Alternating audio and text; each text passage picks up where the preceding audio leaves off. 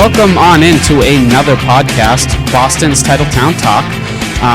We love broadcasting to you all. We got a bunch of stuff on the docket for today, but first off, ask you how you doing, Joe? I'm doing pretty well, Josh. I'm just very happy to be here today. Yeah, it's a beautiful day. I hope everybody had a good Labor Day, by the way. Labor Day weekend. Everybody had the long weekend.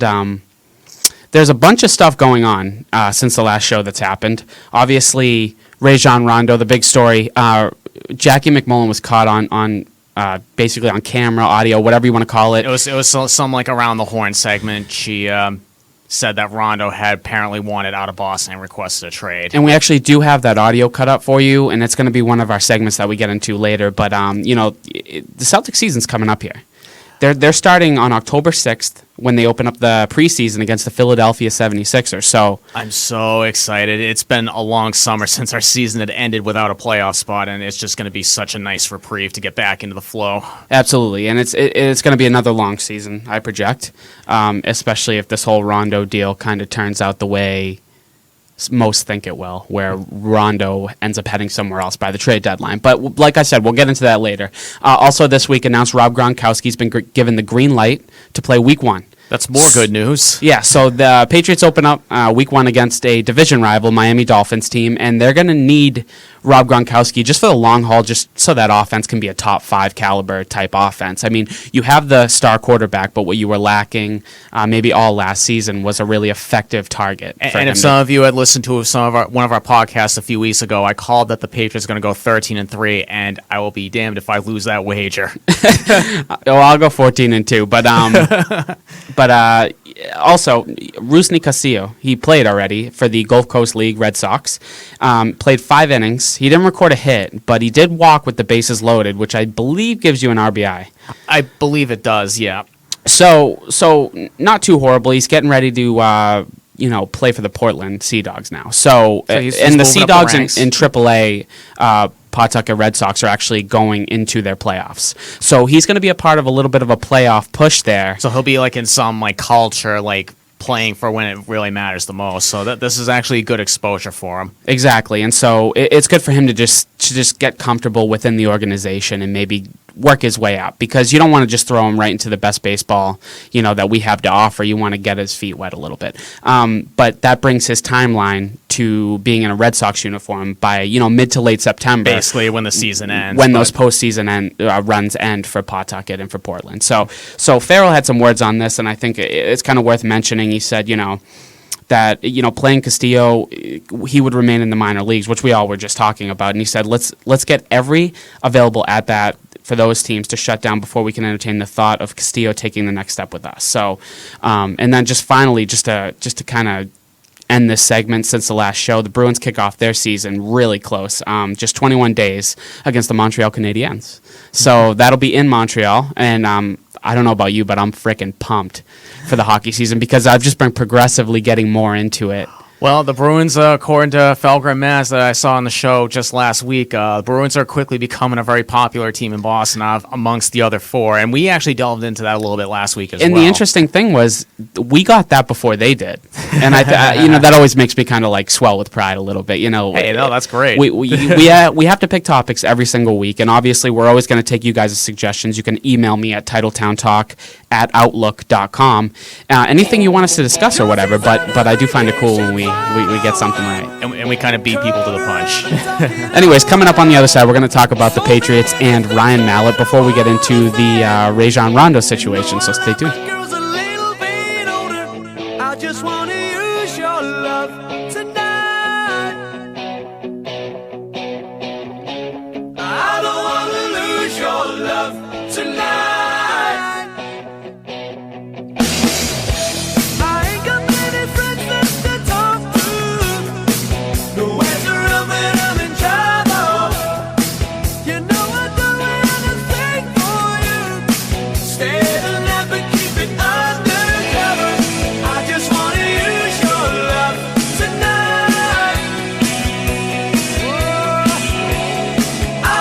Welcome back into the program. Like I said, we're going to get right into this Ryan Mallett situation, and obviously the situation would be that the Patriots traded him to the Houston Texans, and they get a 7th round pick unless Ryan Mallett plays 40% of the starting snaps. Yeah, it looks like if he plays at least 40% or more, then that 7th round pick is gonna converge into a 6th. Yeah. So Which, just initially, how do you feel about it? Do you think that they got a good return on Ryan Mallett, or do you think that they maybe settled? I think that's actually a pretty good trade. I mean, 6th, 7th round football is kind of a funny game when it comes to draft picks. Like you could find like a diamond in the rough, like somewhere in that range. And Bill Belichick has plucked a few diamonds out of the rough, you know. Even before that, like for example, Tom Brady was picked 6th, and Troy Brown was picked last. Right. So you never know what you're going to get around that spot. Terrific. Troy Brown, terrific. Great. I remember he was a terrific receiver. Yeah, I mean, and that was just a great pluck by you. I do horrible with remembering stuff like that, and that's I just remember Troy the Brown. dynasty. Troy Brown awesome. was a huge part of it. But I think basically how I feel about the situation, I think that it was a terrific trade. Because what you would have had to do was go into the season. And Ryan Mallett made the cut. He made the roster cuts. So what they did was they traded him away after he made the roster cuts, and that was probably pretty smart because you ended up getting something for somebody that you had no interest in keeping anyways. So what would have happened is he would have been cut from the roster, in which case Houston would have just picked him up for nothing. And you would have surrender anything. You would have gotten nothing. So keeping him was a good initial move, and I think it's sort of... I hate when people overrate Belichick, but at the same time, I think that that's kind of an underrated part of the trade. And also, if you think of it this way, like if Houston has another bad season, like that 6th or 7th round pick could actually be a high one. Yeah, it could be at the top of the 6th round. It could be. And picks are, the more it's like at the NBA, the more you acquire, you can package them together to get yourself a better pick. Exactly. Which, let's be honest, Bill Belichick doesn't have a huge history of doing, but at the same time, he can if he wants to. But he's good at picking the right people for the job. So the fact that he wasn't going to make this team means that the trade's terrific. And part of the thing that I find interesting and that I don't think I've heard anybody talk about is the fact that a few months ago they draft Garoppolo in the 2nd round. And what is the upswell? Do you remember? The media they went crazy. All the fans went crazy. What do you think Brady's done? Hey, what are you guys, stupid? Brady hasn't shown any decline. Or it becomes this big hot topic of, is he showing decline? Is Bill Belichick drafting Jimmy Garoppolo to take Tom Brady's place? Just to basically prepare for life after Brady. And plus the fact that Garoppolo went to like a small school, not even a big name school, like, I don't know, Alabama, any of those places. It was just highly debated. It really was. It had to do more with Tom Brady. But then at the time, it was like, okay, well, we got Jimmy Garoppolo here. Is it because Tom Brady's declining? But now I think that the picture's been painted. I think that it's not because Tom Brady's declining. I don't think. I think that they knew Ryan Mallett wasn't going to be here, and not to mention Ryan Mallett's contract expires at the end of this year. Yeah. But furthermore, they knew Ryan Mallett wasn't who they wanted to move forward with. Yeah, I mean, I respected Ryan Mallett as a quarterback. I thought he was very good, but the issue was, of course, with any stud quarterback, he's just going to be sandwiched on the bench. And he's going to get a lot of time in Houston, and I wouldn't be surprised if I see him. Maybe not a top quarterback in the league, but I could see him like slowly climbing up there, making some noise for Houston. And you had to kind of see it coming with Bill O'Brien being the head coach over there at Houston. You knew that kind of helped facilitate They're it. very, very familiar with one another. Yeah, and Bill O'Brien, of course, was the offensive coordinator here in New England. He probably worked with, Ryan Mallett quite a bit. So there's a familiarity there, and over in Houston they have Bupkis at quarterback over there. Fitzpatrick is their starter as of the moment. So it shouldn't be too hard for Ryan Mallett to make his way onto the starting roster, which means I think that pick becomes a sixth round pick. Becomes a 6th round pick, and also with the fact that the receiver Andre Johnson, he's got a big target there. He's got one of the top. What do you call? I mean, there's Des Bryant now. There's Calvin Johnson, which are the two best. But Andre Johnson, could he be? Is he third best? And he's got a better target than Brady even has. Really, I mean, if you think about it, at wide receiver. If you think of from the wide receiving perspective, yes. Yeah. So all the pieces are in place for Ryan Mallett to have kind of a make or break season. And it's kind of a fun question I'm going to give you later on, but I'm going to ask you, do you think that Ryan Mallett gets them to the playoffs? And don't answer it now because it's part of the TikTok segment. But I personally think that Ryan Mallett might be able to do a little something, although I don't have too much respect for Ryan Mallett because he's never been able to pull ahead. He wasn't even able to pull ahead from Jimmy Garoppolo. So, I mean, really, what are you looking for in Ryan Mallett to go over to a new system? Well, it's probably not so new because Bill O'Brien's there, but... Yeah, I was thinking, like, what's going to be difficult for Mallett is the fact that he didn't even play a whole training camp or preseason, one game with Houston. Now he's going to have to go out there in week 1 and really familiarize himself quick with the playbook, all of his halfbacks, his receiving core, even his everything. Yeah, and you know, the Houston Texans, they released Case Keenum with those roster cuts. So I think this was brewing. I think they knew it was coming, and I think that I think it was a good move for both parties. If that's not, you know, being a puss on the matter, I think it was a good move for both because when you're looking at Ryan Fitzpatrick, he's a bum. You know. And also, Mallett's going to be playing in another weak division, not just the AFC East. Like, the AFC South is an abomination except for the Colts. But it does give you a little bit of confidence now because Bill Belichick obviously looks at Jimmy Garoppolo and sees something. And he said, okay, you know what? If Tom Brady goes down, I'm willing to ride this season out with you. Whereas they might have kept Ryan Mallett on just for this season. Just to be, okay, just in case, you know, Tom Brady goes down. God forbid something happens to And Tom I remember Brady. you said this last week. Who would you rather have, Jimmy Garoppolo or Ryan Mallett? You said Ryan Mallett right now because he knows the offense. Yeah. And that's not a completely weird take to have. You know, that's not a far-out take. That's a normal take, and I think a lot of people felt like you. But me at the time, Jimmy Garoppolo, I mean, he's done, and I'll give you his 4 games in the preseason, all of his stuff combined here. He was 46 of 79. This makes him 58%. He threw for 618 yards, 5 touchdowns, and 1 interception. Averaged out, his quarterback rating was a 111.18. That's not bad. Terrific. That's not bad at all. Terrific. But you know, so it, you know, it obviously makes you want to look towards the future. Life after Tom Brady, maybe not so bad. Yeah, not bad. I mean, Garoppolo's here, and Patriots still got something out of Ryan Mallett, so that could end up becoming maybe another stud quarterback. You never know. Right. And anything could happen. So we're going to wrap this one up, and on the other side, we're going to talk Jackie McMullen's comments on Rajon Rondo requesting a trade. Oh, now. You know you got everybody looking.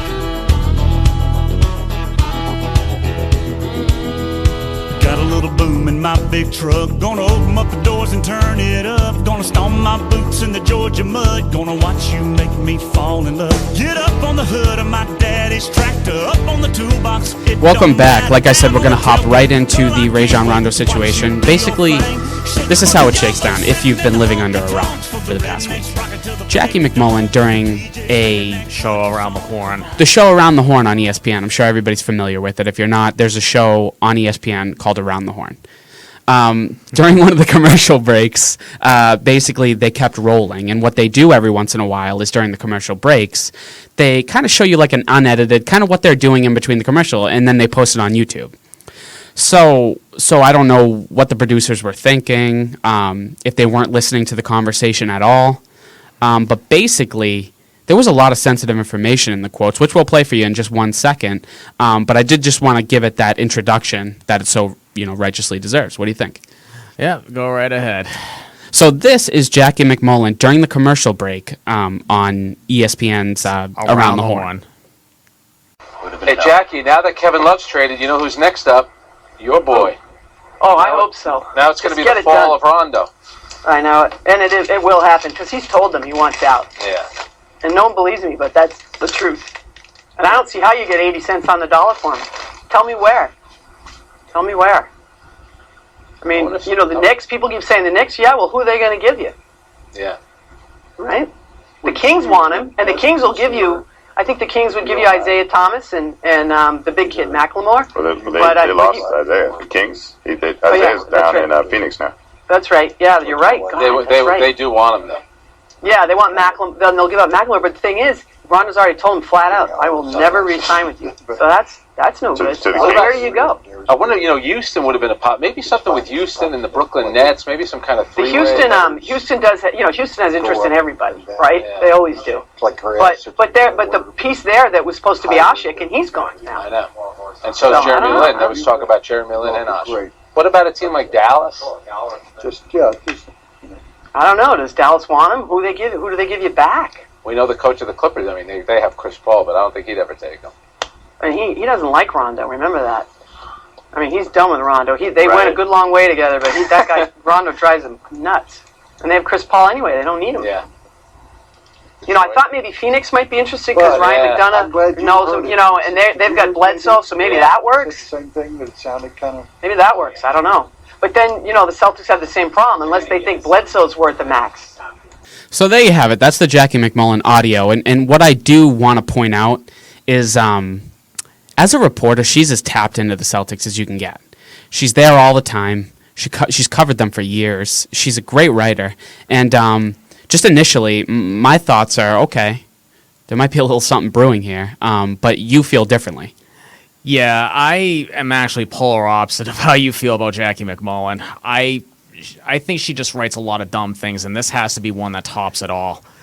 But right here, I just want to point out, Rajon Rondo had actually said time and time again, and notice she's the only one even talking about this. Like, there are a lot of other sources saying that Rondo wants to stay in Boston, and I can even share with you some quotes on what he had said. This was a report back in January, according to the Boston Globe. This is what Rondo said. I like to stick to the script. I don't like change much. I wouldn't mind staying here for the rest of my career. Things don't usually go that way in sports, but like I've said before, it's a business, and I would love to stay another 10 years in Boston. And then this was from another quote. This is from the Boston Herald. He kind of said the same thing. I don't like change. I'm pretty comfortable. I like it here. I have a beautiful home. I have the best neighbors in the world. My kids go to school here. I don't want to leave, but free agency is part of the process. But after next season coming up, we'll talk about it. Right now, I am a Celtic. I've trained here. The staff is doing good as far as my rehab. This is home for me. Yeah, so you're definitely hearing the public part of what Rajon Rondo wants to get out to the public. And for right now, his public is the Boston Celtic fans. So part of that you have to realize is a PR thing. He's making himself out to be, the one that wants to stick around, but as with that league, he's going to follow the money train, and to him it seems like, he already has his ring, so he's not going to be chasing a ring.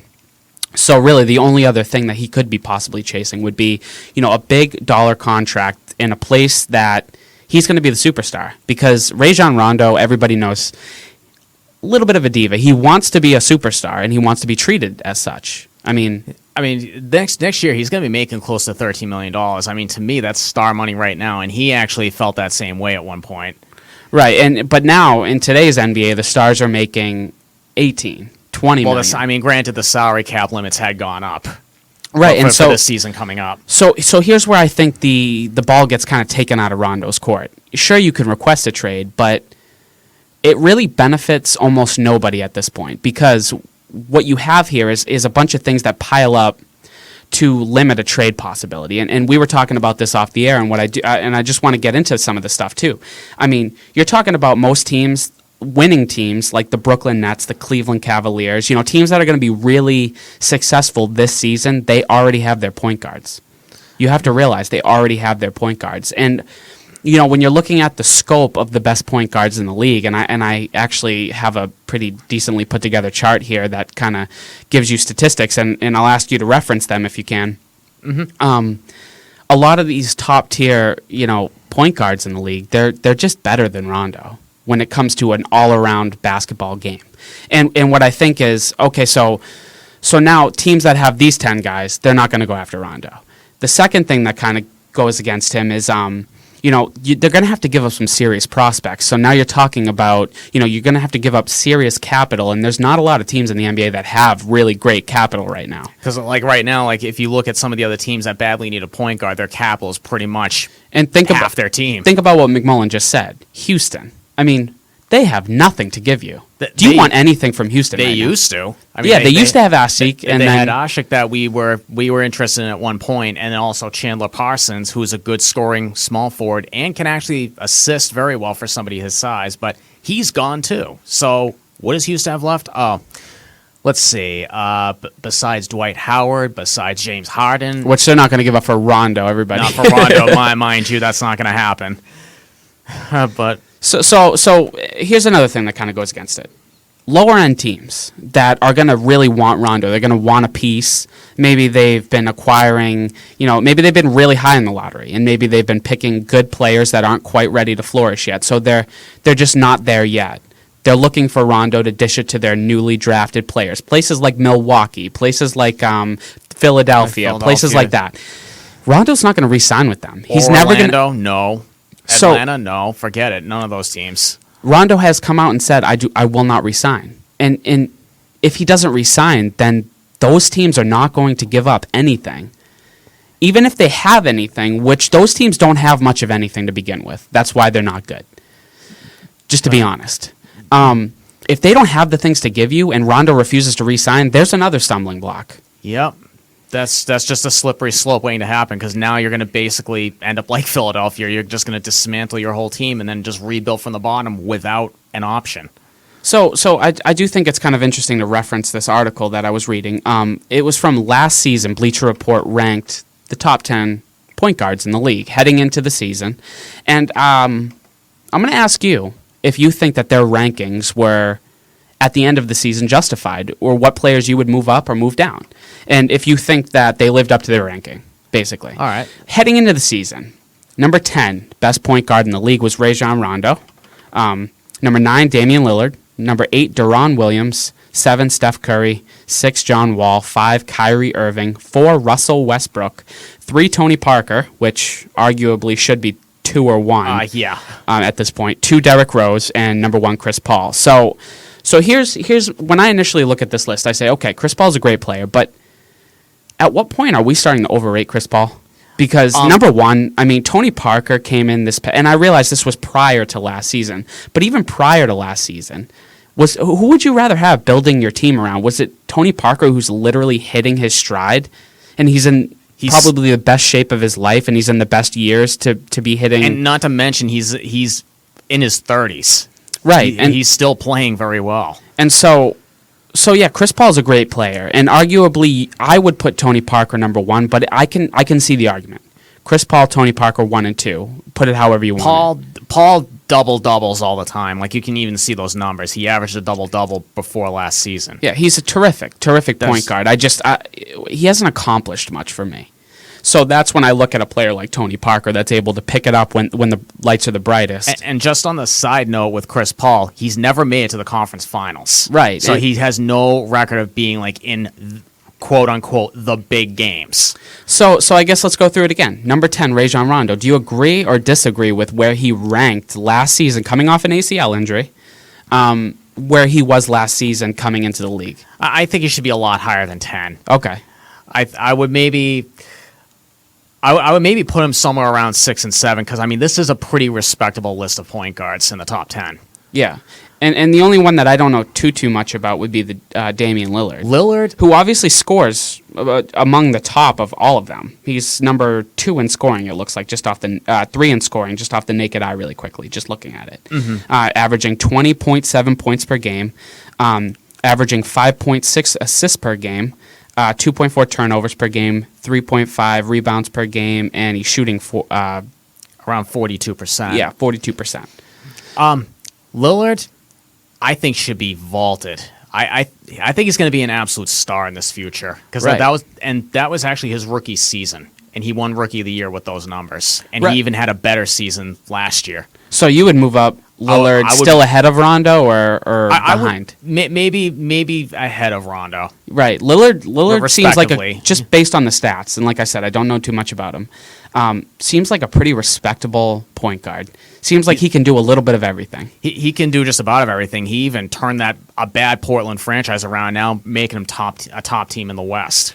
Deron Williams, to me, he seems like a nice piece to a team. I would put him towards the later. I mean, he is already on the later part of the list. I would probably put him at 10. I would probably put Deron Williams at 10. He gets injured a lot, and he's not as good as he used to be back in his Utah Jazz days. Yeah, so I'm looking at his points per game, and I think I must have written it down wrong or whatever if you want to pull up his stats on ESPN. But because there's no way he averaged 4.3. Maybe it was 14.3, and I just missed it. He shouldn't even be in that list if it's 4 points. Yeah, so if you could do that while I'm speaking.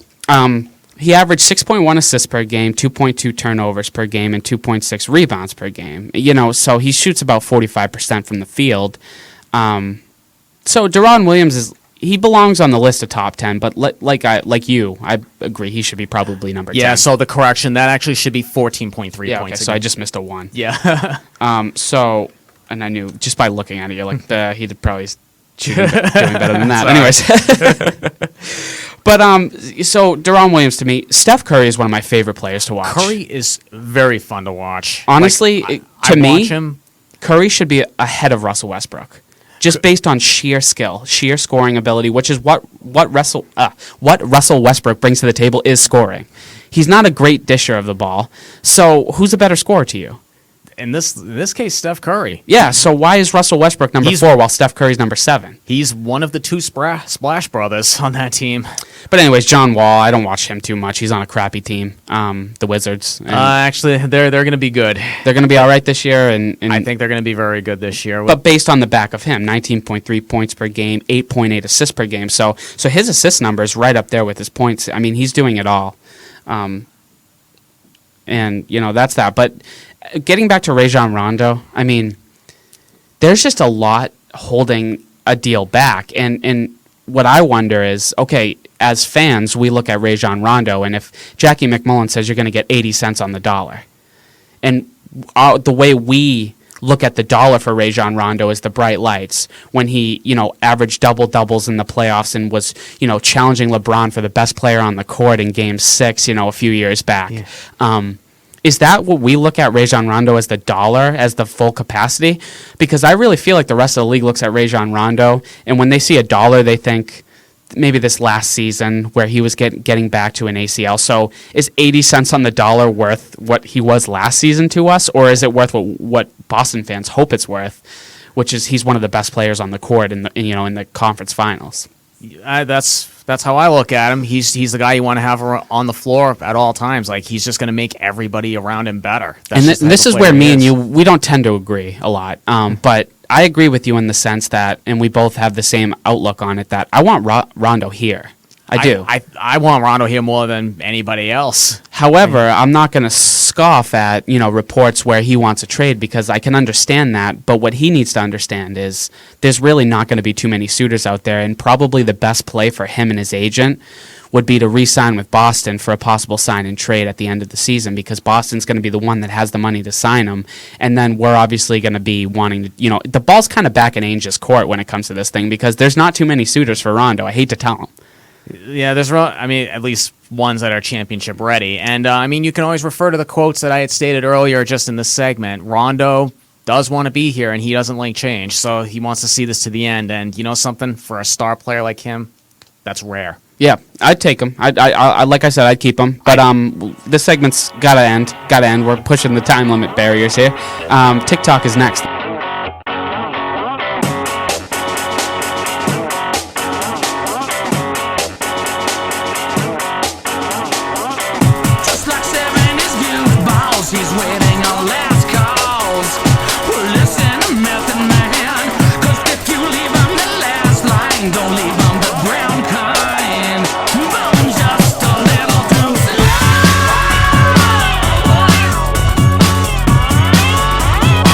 Welcome back.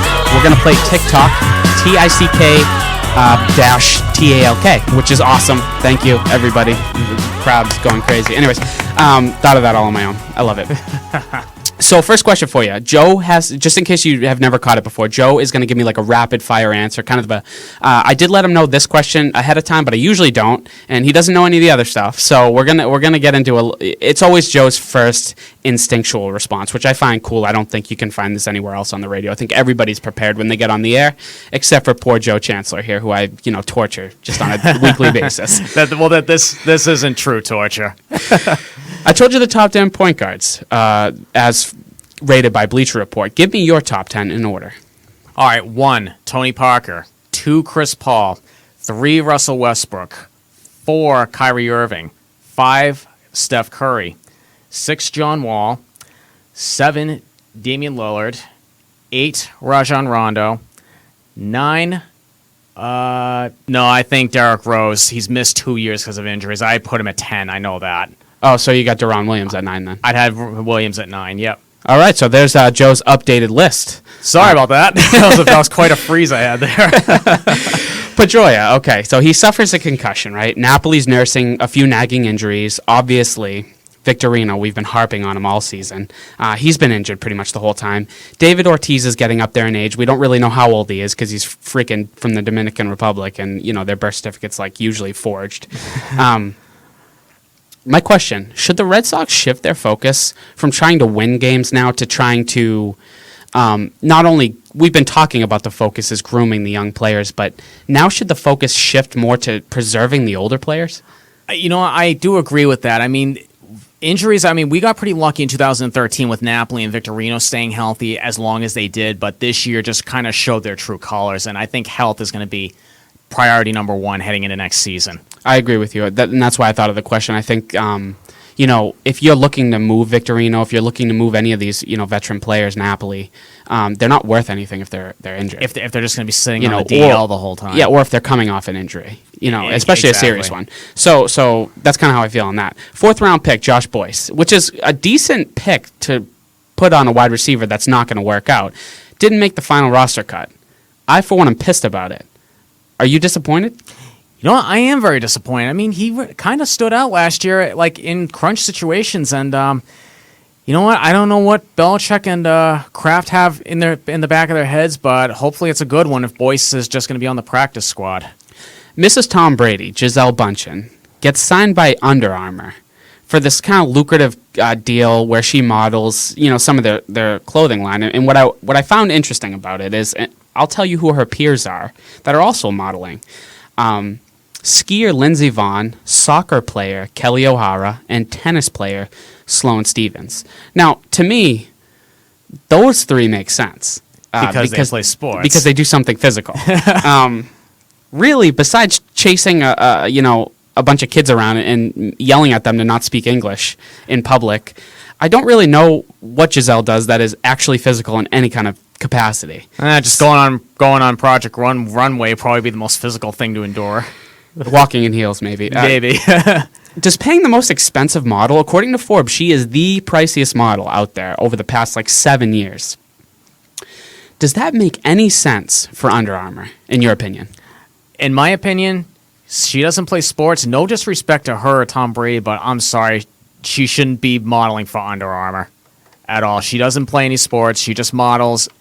But Tom Brady's got quite a life if she's going to make money by not doing some sort of physical activity.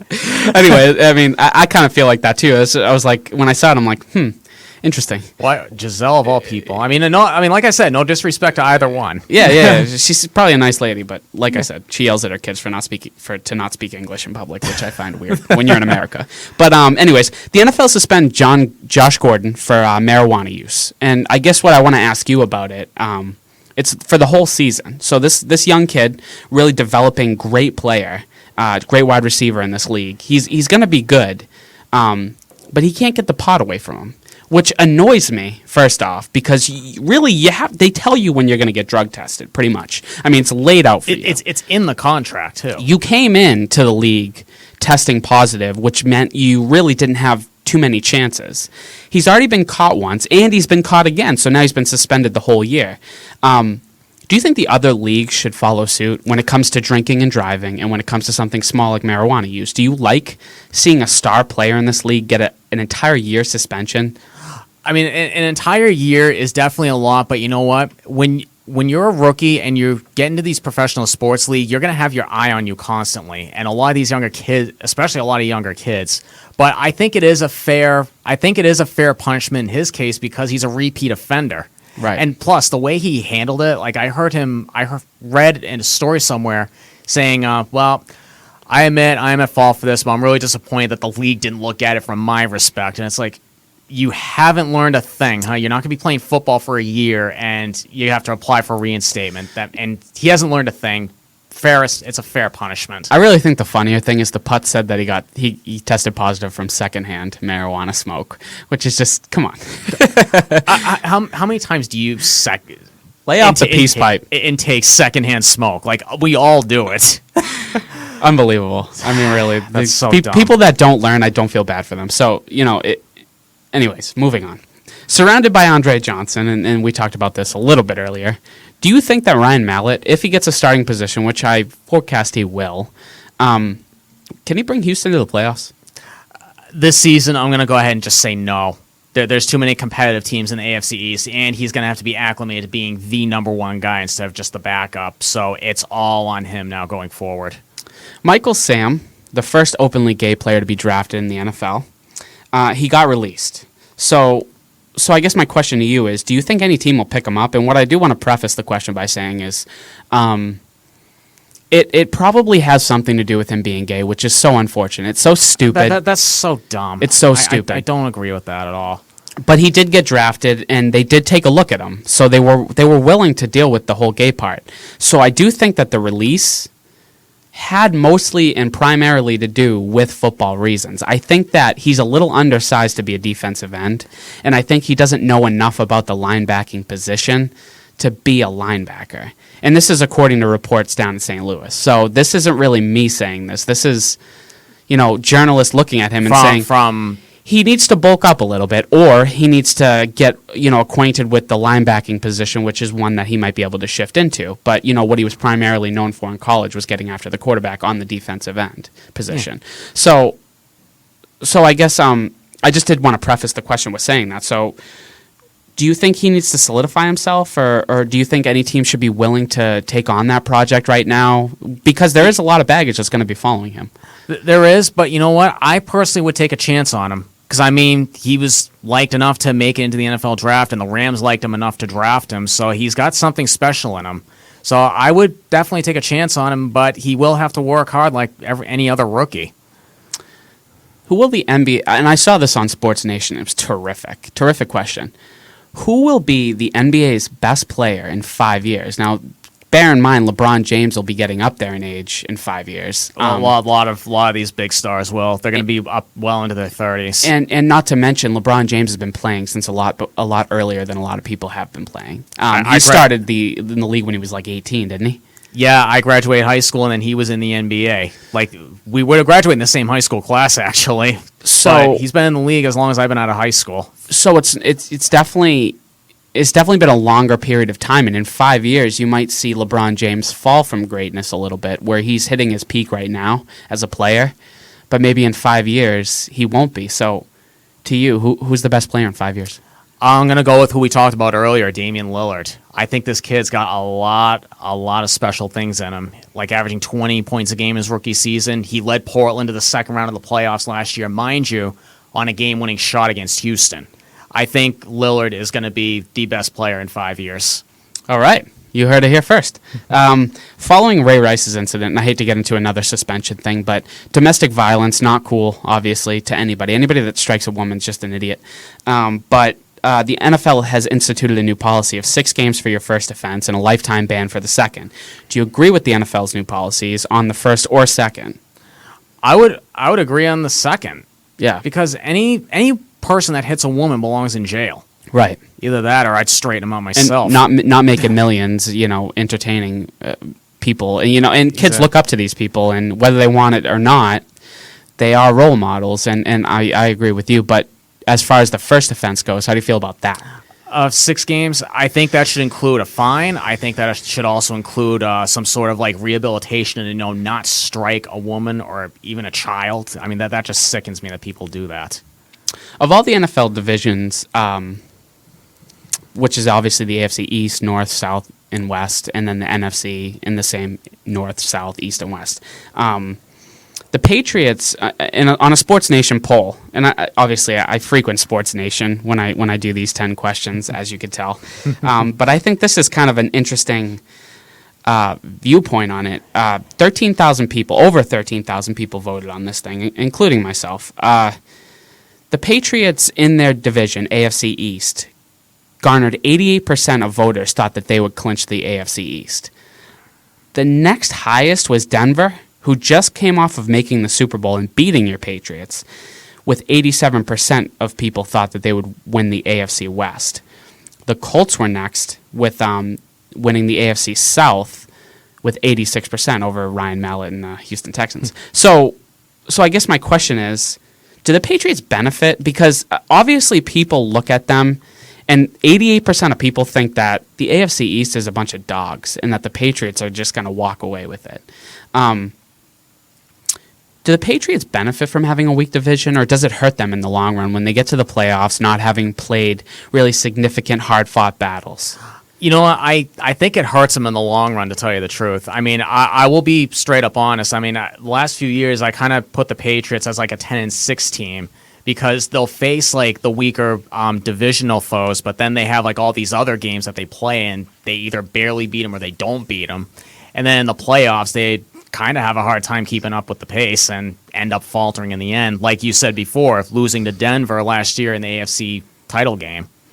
Right. So I think it does hurt them in the long run playing in a weak AFC East. Absolutely. I agree with you 100%. That wraps up the TikTok segment. So great job, Joe. I mean, honestly, just dropping knowledge bombs on everybody listening. But what I did want to talk about a little bit, and I told you a little bit of this off air, but Barstool Sports usually is just a kind of a garbage site. They don't really like cover anything funny or anything like that. But I do like them on Facebook, so I do see their stuff every once in a while. And apparently, you know who James Blunt is? Yes, I do. He's a singer that sings "You're Beautiful" or whatever, and he's really funny. and I got a little bit of proof here, and we do have to hurry this along quick. But basically, someone tweeted at him, "James Blunt is my guilty pleasure," with like a heart smiley face. He retweeted them and said, "Mine is anal." Oh my God! Someone tweets at him, "Why does James Blunt sing like his willy is being stood on?" James Blunt retweets at them and says, "Damn thing's always getting caught under my feet."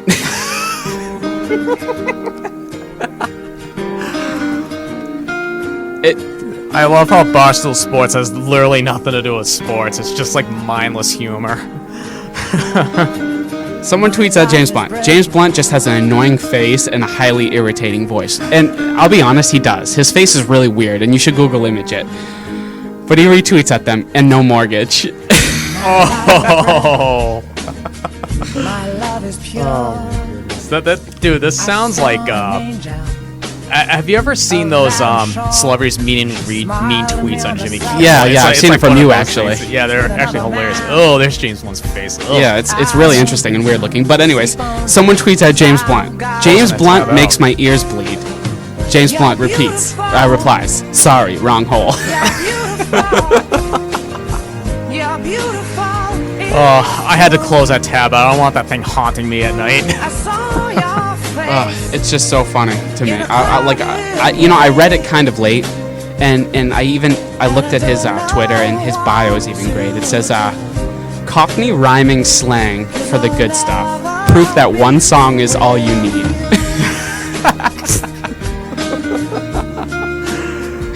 It's so true. Oh, one song is all you need, Mr. Blunt. Wow. Oh, one-hit wonder. But anyways, he's got no mortgage, so we're all just eating out of the palm of his hand right now. You can't say anything. He's probably got more ladies than all of us, too. I'm satisfied with just my one. Yeah, me too. At least. Anyways, thanks everybody for listening. Sorry we went really late today, 45-minute show. As always, you can catch our articles on Boston's TitleTownTalk.com, and don't forget to check it out. We'll talk to y'all later. Have a good week.